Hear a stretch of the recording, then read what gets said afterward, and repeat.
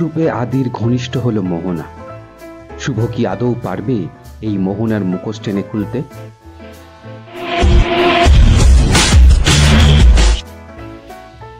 রায়বাড়িতে শুভর জায়গা নিতে গিয়ে বেজায় ফেসে গেছে মোহনা। স্টার জলসার গৃহপ্রবেশ ধারাবাহিকে আজকের পর্বে দেখতে চলেছেন মোহনা নিজে থেকেই রায়বাড়ির সবাইকে বলেছে যে সব রান্না সে করবে, কিন্তু এদিকে কোনোদিনই সে রান্না করেনি। দেখা যায় পুরো বাড়ি রান্না করতে গিয়ে বেহাল মোহনাকে নিজে থেকেই সাহায্য করতে এগিয়ে আসে লাকি অর্থাৎ শুভ। এমন সময় শুভ তাকে নানা ধরনের প্রশ্ন জিজ্ঞাসা করতে থাকে। লাকি তাকে প্রেগনেন্সি নিয়ে প্রশ্ন করতে থাকে। ঠিক এমন সময় সেবন্তী এসে বলে তাকে আর রান্না করতে হবে না।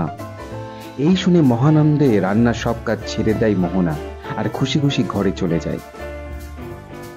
এদিকে মোহনা মনে মনে ভাবতে থাকে একবার আয়ান তার কবজায় এসে গেলে এই বাড়ির সকলকে নিজের ক্ষমতা দেখিয়ে দেবে। এদিকে আদি বারে বারে শুভকে ফোন করতে থাকে, কিন্তু সে তার ফোন ধরে না। এমন সময় আদি ঘরে গিয়ে দেখে ঘর খুব সুন্দর করে সাজানো রয়েছে, কিন্তু কে করেছে দেখে শুভ এসে সব সাজিয়ে রেখেছে। এই দেখে খুশি হয়ে আদি পিছন থেকে শুভকে জড়িয়ে ধরে। কিছুক্ষণ বাদে বুঝতে পারে এটা শুভ নয়, মোহনা। এরপর কি হতে চলেছে জানতে হলে দেখতে হবে গৃহপ্রবেশের আজকের পর্ব।